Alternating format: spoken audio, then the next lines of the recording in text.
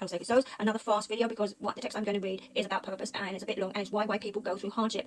And sometimes when we understand things, we have knowledge, gnosis, it gives us hope that we may, and when we're feeling hopeless. But I've always said to myself, hold on to the first 4 letters of hopelessness, and that's hope, H-O-P-E. And I bracket that, and I make it in bold, so I see it in my head that way, and I anchor onto it, because I know that hope is the light of the divine through what I go through, and also what others may go through. So a lovely lady sent me this for my prayer group. So, there is a season in life when everything seems to be falling apart. The weight of the world presses down on our shoulders, and the road ahead looks long, steep, and uncertain. We face with pain, loss, confusion, and hardships, things that leave us feeling helpless, exhausted, and even tempted to question our very purpose. I know life can be overwhelming. You may have been walking through the valleys where the light of hope seems like a distant dream. There may be days when you feel as though every step will only bring more struggle, more tears, more setbacks. But understand this: it is not in spite of your pain, and that pain can be emotional, physical, or spiritual, but because of it that your purpose will emerge. The truth is, purpose is not always birthed in comfort. It's not found in the ease of smooth sailing. Purpose is refined in fire. Fire is part of purification. Just like gold is purified through heat, your destiny is shaped through the trials you face. You cannot get to the place of victory without going through the valleys of preparation. So you may be feeling that you're in a preparatory stage, or not even in that stage, but you are in the preparatory stage where you're going out of your wilderness, because you're not always going to stay in your wilderness, because there'll be no point to it. You go through hardships and you move on from it. So think about the caterpillar silently crawling in the dark cocoon.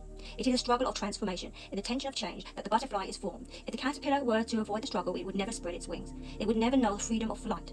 So too, you are in the middle of something powerful. Even if you cannot see it right now, your pain is working for you. But the key that you cannot give up. In the middle of the struggle, the weeping may endure for a night, but the joy comes in the morning. So the darkest hour is before the dawn. So this is what brings you hope. So you are not meant to stay in the valley, as I said before. You are prepared for something greater. You may sense or know this, but you're not feeling as if it's coming to you. Every tear, every sleepless night, every heartache, every moment of doubt, God is using it all God is using it all to position you for your breakthrough. Do not despise the struggle, because on the other side of your struggle lies your abundance. And this is where we're going to, because through our trials and tribulations, and through, someone said that the soul doesn't grow. I don't believe that. I believe the soul is beautiful in itself, it knows itself, but it's always expanded, because if it doesn't expand and know knowledge, you won't grow from it. And we're here for eternity in spirit, or if you believe in reincarnation. So the soul has to grow, but it has the elements that allows you to get through what some other people call the dark night of the soul. So we often want the joy without the struggle. I said that already. The abundance without the pain, the purpose without the process. But God works in the processes. Just as a seed must be buried in the soil before it can break through and grow into a mighty tree, so too must you endure the process before you step into fullness of purpose. Don't be discouraged by weeping. I'll stop there. Weeping, when it's controlled and not goes on for weeks on end, because again, I have a clinical background, is that it allows for energies to remove. It's like stagnant waters. When you weep, you clear yourself, and sometimes when you have a good cry, you feel better afterwards, because you've released energy that's not serving your greatest good. And it's a part of the process. It's simply that it's a sign that your heart is being prepared for joy. Don't be overwhelmed by the struggle, for it's the struggle that your strength is built. Keep being faithful. Stay steadfast, because God is not through with you yet. He has not forgotten you. He has not abandoned you. He is working on something far greater than you can imagine. And when his work is complete, you will see it. Keep being faithful. Even when you don't see the outcome yet, keep walking. Even when the road is tough. Keep trusting, even when you don't understand. Keep hoping, even when all hope seems lost. God is building something in you that will outlast the pain, outlast the weeping, and outlast the struggle. That text tells us that life is full of hardships, and because it's full of hardships, it puts us through a process of evolution. And through evolution, we know it's a struggle. We need to evolve, to physically evolve, mentally evolve, and spiritually evolve. So whatever you're going through, know that your purpose is there if you don't know it now. And sometimes we have to go through these life tribulations, because if we don't, we can't evolve. As I say, you can't expand if you're constantly in a state of abundance or well-being, I should say. But that doesn't mean that you don't deserve it, because when you get through your breakthrough, you receive the joy and the abundance. But that doesn't say, because I don't give false hope, there isn't, that you won't have trials or tribulations, but they won't be to the extent that you had them before, because you need to understand your sole purpose in this life.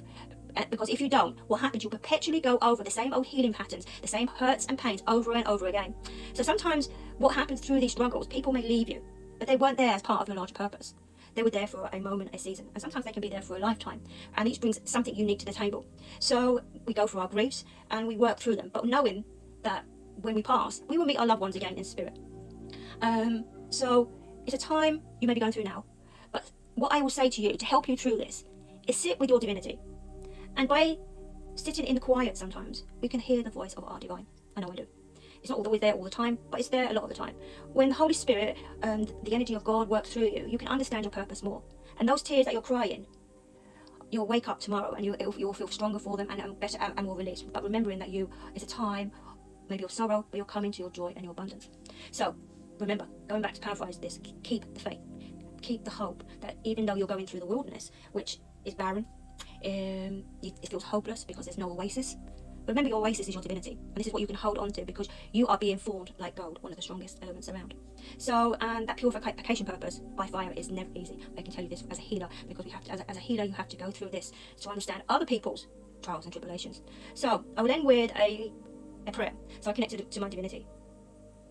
I connect above and below and around me, and I give from the heart space. So for anyone, I ask, dear divine, that you spread your mantle around them, so they feel the comfort and hug that they desperately need, that spiritual hug to say they're not alone in this wilderness that they're going through.